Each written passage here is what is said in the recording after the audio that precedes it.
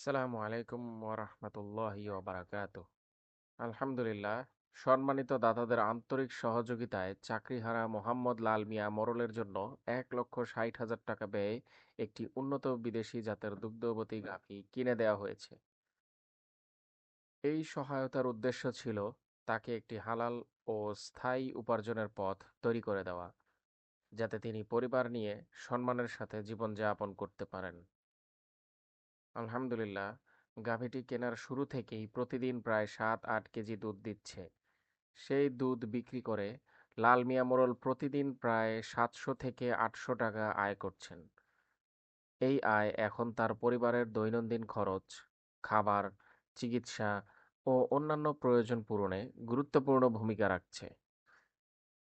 সম্মানিত দাতাদের এই অনুদান শুধুমাত্র একটি গাভী দান নয়, একজন অসহায় মানুষের জীবনে নতুন আশার আলো, আত্মনির্ভরতার পথ এবং হালাল রিজকের দরজা খুলে দিয়েছে। ইয়া আল্লাহ, যারা লাল মিয়া মোড়লের জন্য এই হালাল উপার্জনের ব্যবস্থা করে দিয়েছেন, আপনি তাদের দান কবুল করুন। তাদের রিজকে বরকত দিন, পরিবারকে হেফাজত করুন এবং দুনিয়া ও আখিরাতে উত্তম প্রতিদান দান করুন। আমিন। আমিন ইয়া আরহামার রাহিমিন। আসসালামু আলাইকুম ওয়া রাহমাতুল্লাহি ওয়া বারাকাতুহু।